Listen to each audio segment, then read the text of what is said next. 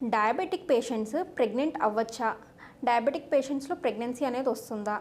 ఒకవేళ ప్రెగ్నెన్సీలో డయాబెటీస్ వస్తే ఏం చేయాలి? This is doctor Ravali Nannapaneni, obstetrician and gynaecologist working at Medicy hospitals Vijayawada.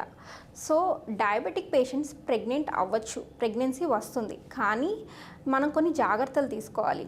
So diabetic patients అనేవాళ్ళు గుడ్ గ్లైసిమిక్ కంట్రోల్, అంటే బ్లడ్ షుగర్స్ నార్మల్ రేంజ్లో పెట్టుకుంటే ప్రెగ్నెన్సీ వచ్చినా సరే కాంప్లికేషన్స్ అనేవి తక్కువ ఉంటాయి.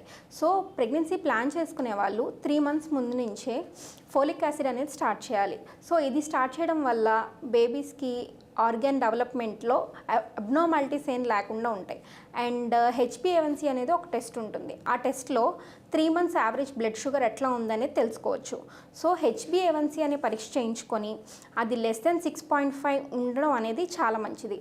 అదే 1% ఇంక్రీస్ ఇన్ హెచ్బిఏవన్సీ ఉన్నప్పుడు ప్రతి 1%కి అబ్నార్మాలిటీస్ బేబీలో పెరగడం అనే రిస్క్ అనేది ఎక్కువ అవుతుంది. సో మనం హెచ్బిఏవన్సీ చేయించుకున్నప్పుడు అది మోర్ దెన్ 10% ఉంది అని వస్తే కనుక మనం ప్రెగ్నెన్సీ అనేది ప్లాన్ చేసుకోకపోవడమే బెటర్. సో ఇలా మోర్ దెన్ 10% ఉన్నప్పుడు బేబీస్లో heart defects and organ abnormalities అనేవి ఉండడం చాలా ఎక్కువగా చూస్తుంటాం.